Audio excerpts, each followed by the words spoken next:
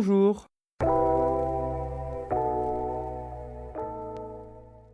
Nous sommes étudiants en BTS Gestion et Protection de la Nature au lycée Nature de La Roche-sur-Yon. Nous souhaitons défendre une petite espèce de crapaud peu connue, la défendre contre la dégradation des dunes. Rejoignez-nous dans ce podcast et redécouvrez ces collines de sable à travers les yeux du pélobat cultripède. Mais avant tout, fermez les yeux et laissez-vous transporter.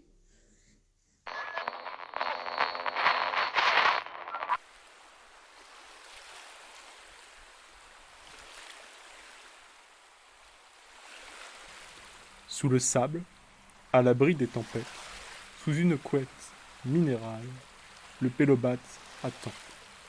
Attend que le temps soit plus confortable. Il rêve d'un temps plus délectable. Avec lui reviendront les douces sonates du petit pélobat, évoquant la douce saison. La dune est une butte, une colline de sable. Elle est façonnée par le vent et s'étend le long de la côte. Les dunes littorales sont celles que l'on retrouve sur les plages et elles sont séparées en plusieurs parties. La dune possède plusieurs stades de développement, tout commence avec l'apparition de végétation sur la laisse de mer. Cette végétation va retenir le sable transporté par le vent, c'est donc la formation de la dune embryonnaire. Ce procédé va donc se répéter jusqu'à l'apparition de la dune blanche, le second stade de développement de la dune. Ses principales caractéristiques sont une végétation foisonnante et typique de cette dune qui laisse toutefois entrevoir le sable. Vient ensuite le dernier stade de développement de la dune grise. La végétation y est abondante et recouvre la quasi-totalité du sable. Si on se penche sur la réserve de la casse de la Belle-Henriette, en Vendée, dans le marais poitevin, nous trouvons ces fameuses dunes grises menacées par les espèces exotiques envahissantes et l'étalement urbain. C'est l'habitat de notre muse du jour, j'ai nommé le pélobat cultripède. En effet, la dune grise possède une importance non négligeable. La végétation qui s'y développe a un rôle fixateur pour empêcher le sable d'envahir d'autres milieux. C'est notamment grâce à cette dune grise et sa végétation que le marais poitevin peut se retrouver près du littoral.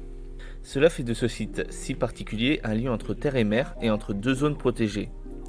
En effet, d'un côté, on retrouve le littoral vendéen et de l'autre, le parc naturel du marais poitevin. La réserve de la casse de la Belle-Henriette et ses alentours vont donc être un havre de paix pour plusieurs espèces marines et venant des marais. Certaines de ces espèces, que l'on peut retrouver, sont notamment menacées et peuvent être très rares. Parmi elles, on peut citer le hibou des marais, la loutre d'Europe, mais aussi le pélobat cultripède. Ce petit crapaud aux yeux globuleux, protégé et rare en Vendée, s'enfuit dans la dune pour se réfugier en journée. La perte d'un sol sableux risque donc de le faire disparaître définitivement du département. Mais avant tout, savez-vous qu'est-ce qu'un pélobat cultripède ? Le pélobat cultripède, un nom étrange en effet. C'est un petit amphibien qui vaut pourtant la peine d'être connu. Il a comme surnom le crapaud à couteau, notamment à cause de sa principale caractéristique, une lame cornée sur chacune de ses pattes postérieures. Cela lui sert à s'enfouir dans le sol sableux qu'il apprécie tant afin de se protéger, à la fois des prédateurs mais aussi des aléas climatiques. Et oui, nous ne sommes pas les seuls à craindre la chaleur. Ils émettent un chant caractéristique, une sorte de bruit étouffé ressemblant au caquettement d'une poule.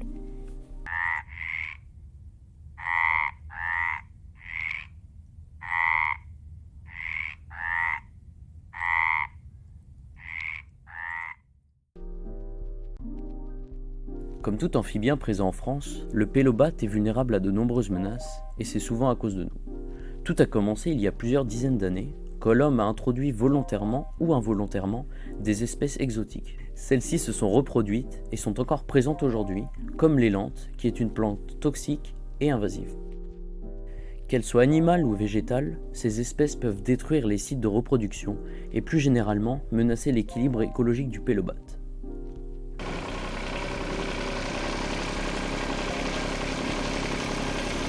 Ce n'est pas forcément ce qui nous vient tout de suite, et pourtant c'est le secteur qui menace le plus notre biodiversité.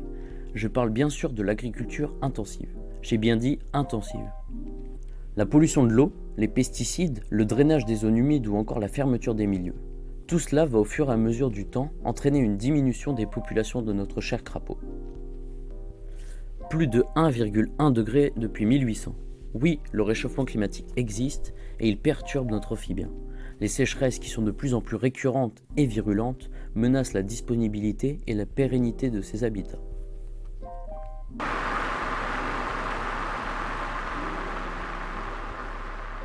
Au-delà de la fragmentation des habitats, les routes constituent une menace non négligeable. En effet, lorsqu'il se déplace, il peut malheureusement se faire écraser par des chauffeurs négligents.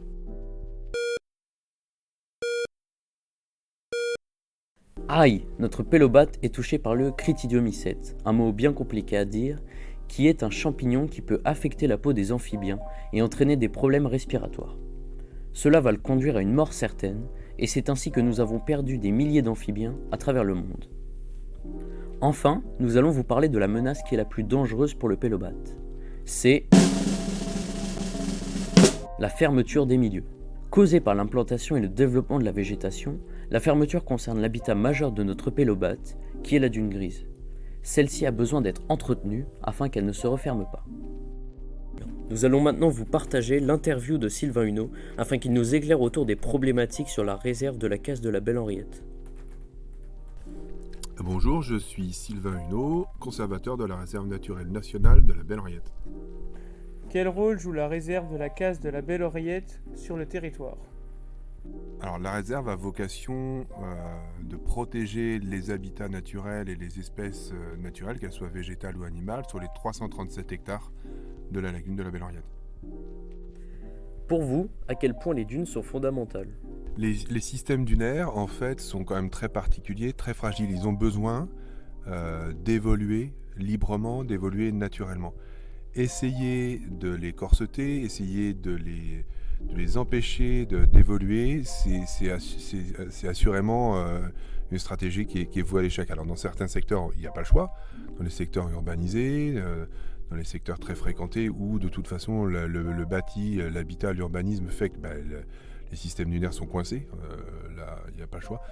Mais dans des secteurs comme celui de la Belle-Henriette, où là on est dans une grande naturalité, on peut laisser évoluer naturellement les systèmes dunaires. Et c'est dans ces cas-là qu'on se rend compte de leur grande richesse d'un point de vue biodiversité, mais aussi de leur extrême capacité à se régénérer. On a des secteurs en forte érosion qui 3 ou 4 ans après sont en accrétion avec des augmentations d'auteur de 2 à 3 mètres sur des dizaines voire des centaines de mètres. Et donc la reconstruction dunaire spontanée et naturelle sur la Belle-Henriette, c'est un très bon exemple. Ça marche très bien. Quand la nature elle sait ce qu'elle a à faire, elle le fait très bien. Depuis combien de temps la réserve met-elle en place des actions en faveur du pélobat ? La protection du pélobat cultripède sur la réserve naturelle, ça a été un des enjeux dès la création de la réserve. Il se trouve que moi-même, au début des années 2000, je travaillais déjà sur la conservation du pélobat cultripède, plus de 10 ans avant la création de la réserve. Donc, quand celle-ci a été créée en 2011, tout de suite, on savait déjà ce qu'on avait à faire. Les choses se sont un petit peu compliquées en 2014, quand la lagune s'est reconnectée à l'océan. Là, d'un seul coup, une immense lagune d'eau douce, super favorable au pélobat cultripède, est devenue salée, et donc plus du tout favorable. Et les milieux qui avaient été urbanisés, anthropisés dans les années 60, 70, 80, ils étaient évidemment plus favorables. Et les milieux doux de la lagune ne l'étaient plus. Donc il a fallu rapidement travailler sur tous les secteurs de la réserve qui sont protégés de l'influence marine. Et c'est ce qu'on a fait en priorité. Pouvez-vous nous raconter une anecdote vécue à propos du pélobat ?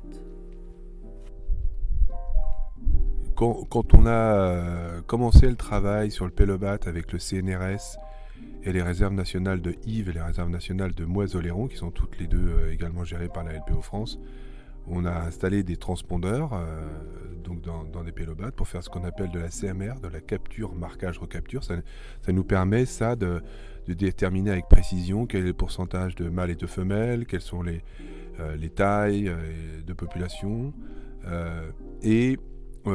Quand on tag comme ça un pélobat, on a évidemment un numéro de tag, mais pour l'analyse statistique, on s'amuse à leur donner des noms, des prénoms. Donc ça m'a beaucoup amusé quand dans les premiers prénoms, il y avait celui de ma femme et de mes enfants. Voilà, c'est la petite anecdote qu'on a retrouvée par la suite, donc c'était très rigolo. Voilà. Comme nous avons pu le voir, le pélobat subit de multiples pressions, ce qui mène à son classement comme espèce protégée et sur liste rouge. Nous pouvons tous contribuer à la protection du pélobat cultripède, que ce soit à notre échelle personnelle, en faisant attention à ses usages, à la dune et son importance, ou en se renseignant sur l'espèce et en rejoignant des associations qui nous permettraient d'agir. À notre échelle, nous avons eu la chance de pouvoir être à la tête d'un projet de réhabilitation d'une parcelle de la réserve naturelle nationale de la Belle Henriette en dune grise, à la Tranche-sur-Mer, afin de favoriser le développement du pélobate cultripède. Nous espérons retrouver des populations assez conséquentes de ce petit crapaud dans un futur plus ou moins proche. Nous vous remercions avant tout d'avoir écouté jusqu'au bout. Nous espérons sincèrement que ce podcast vous a plu. De plus, nous remercions Sylvain Huneau qui nous a guidés et aidés durant la totalité de ce projet. Nous remercions également nos professeurs.